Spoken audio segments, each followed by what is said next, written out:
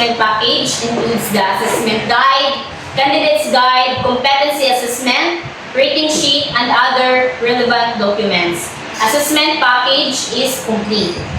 Before we start, let's pray. In the Father, the Son, the Holy Spirit. Amen. Our Father, who art in heaven, hallowed be your name. Your kingdom come, your will be done, on earth as it is in heaven. Give us this day our daily bread, and forgive us our trespasses, as we forgive those who trespass against us. And lead us not into temptation, but deliver us from evil. Amen. And Father, the Son, the Holy Spirit. You may now take your seats.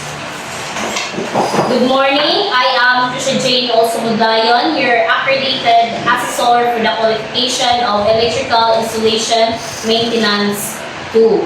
So I have here my certificate as a proof of accreditation in this qualification. I would like to acknowledge the presence of our processing officer, Ms. Janine Ranga, and our AC manager, Ms. Christy Cavalles, and also to our TISTA representative, Mr. J.B. Sala. Good morning, Mama, sir. Good morning.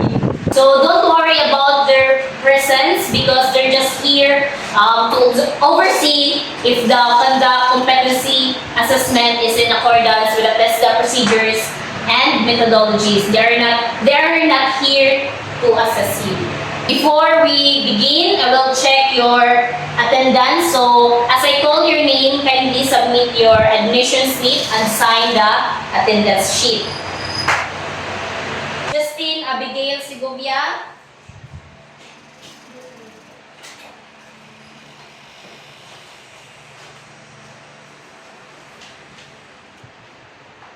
Thank you. Miss Ella Buscagan.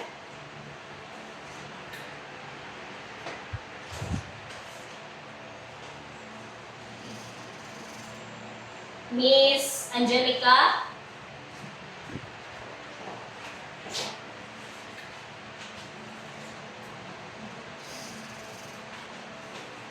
Miss Eliope.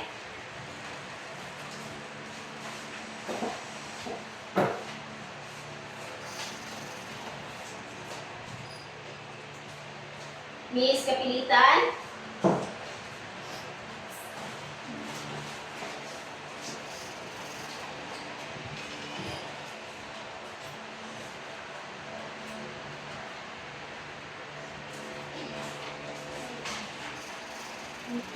Here, your accomplished application form, self-assessment guide, which confirm that you are aware of the competency to be assessed under the AIM in situ. I would like to welcome everyone to this assessment center located at Tinago, Tomas Ocos. The purpose of this competency assessment is to determine whether you are competent or not yet competent in the qualification of electrical installation and maintenance in situ. Today, I will administer competency assessment for EIM in situ. The qualifications composed of basic and common and core competencies. So, for our core competencies, we have perform roughing in activities and wiring cabling for single-phase electrical, power, lighting, and auxiliary system. Install electrical protective devices for distribution, power, lighting, auxiliary lighting, lightning protection, and grounding system. Install wiring devices for floor and wall-mounted outlets, lighting fixtures, switches, and auxiliary outlets. You will be performing specific tasks related to this competency. Evidence will be collected through written test, demonstration, and oral questioning. So this will help you assess your knowledge, skills, and attitude. Your personal needs, the comfort room is located at the front of our school. If you want to eat, or we have a canteen at the cafeteria at the back of this room. During the assessment, you are not allowed to leave the premises of the assessment center. If you have difficulty in understanding the given instruction, please don't hesitate to call my attention because I am willing to explain and translate it for you. So if you're having a hard time to understand the language, please don't hesitate to ask. Come here with me and I will help you to translate it for you. So if you have concerns, questions, there's a need for you to clarify the matter concerning the assessment, you may ask for I am willing to assist you. But once the assessment started, please refrain from asking questions so it's no longer allowed. So in case you have any question regarding the assessment result, you have the right to appeal. You can submit your appeal to the provincial office where the assessment center and the assessor are accredited. Your appeal should be written format, signed by me, your TESDA assessor. Then if you pass the assessment, you will be notified through your Gmail account. Once certificate is received, you can print it and bring your certificate in TESDA office for sealing and authentication purpose. So if you pass and found out competent, you can claim your national certificate at the TESDA provincial office at 5 working days. If you not yet competent, don't worry. You can be reassessed anytime at your convenience. If the reassessment is for full qualification, you must go through the whole assessment process again.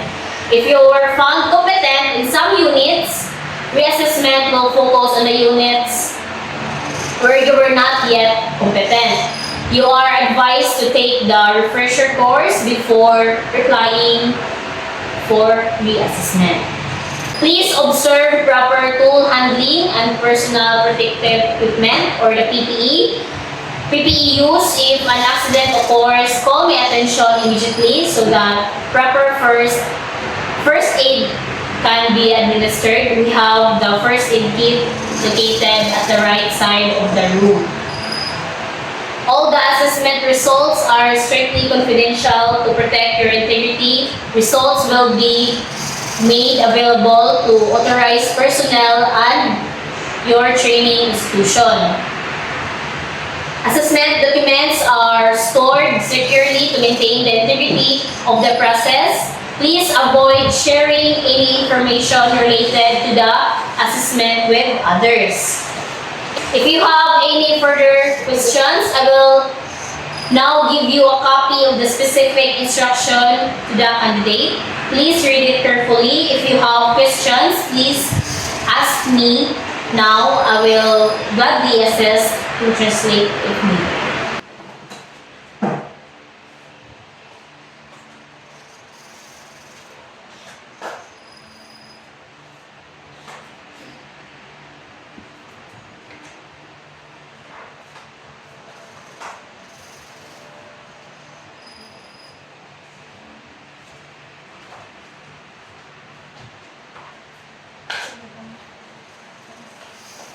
Are you all done?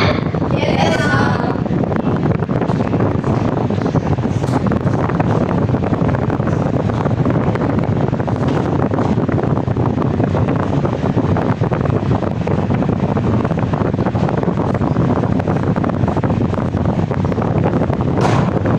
After the demonstration, there will be an oral questioning. You will now proceed to the assessment area.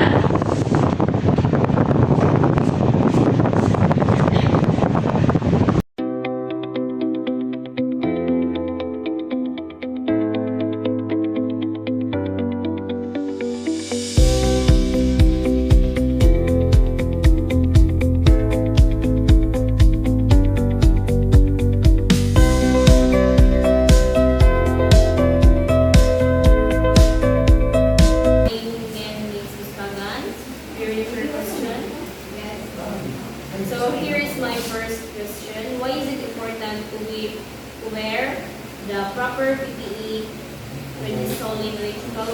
wiring devices and lighting fixtures. Wearing proper PPE when installing electrical wiring devices and lighting fixtures is important to protect against electric shock, burns, and other injuries from live wires, sharp tools, or falling objects. It ensures safety and reduces the risk of accidents on the job. Morning is done for today. Are you ready for all questioning? So here is my first question. What would you do if lighting fixtures or switch is not functioning properly due to an incorrect wiring connection? If a lighting fixture isn't functioning properly due to inaccurate dot wiring, turn off the power, check, and correct the wiring connections according to the dot diagram. Then test the fixture again. Provide Please, the feedback. J. Busagan, you have exhibited the proper skills, knowledge, and attitude aligned your performance.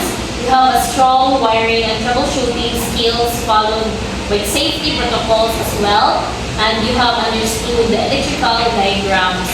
You perform the task within the standards requirements of the qualifications. I want you to sign this one over here.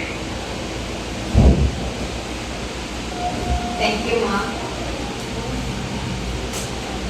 So you can get your national certificate, the certificate of competency from Tinago Tomas Opos Provincial Office. So the 5 days after work, and the focal person is Mr. Jason D. Saludes. I want you to sign also this one here.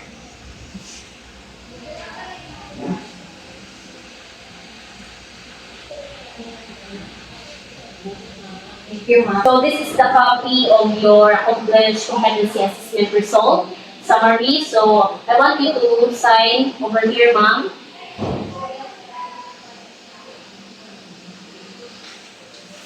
So congratulations once again, Ms. Muskagan. Thank you, ma'am. I'm sorry, Mr. Magitan, you were not able to perform within the standard requirements of the qualification. So you have to review practice on the activities related to the competency performance of the qualification further. You can come back after a month for reassessment or when you feel confident enough that you have acquired the competence. So do not worry, you will only be reassessed on the part of the activity that you were not found to be not yet competent. So I want you to signature here.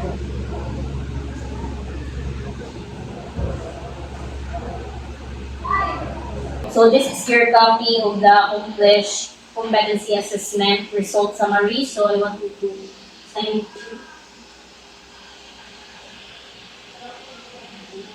So do not worry, I will reassess you after a month, okay?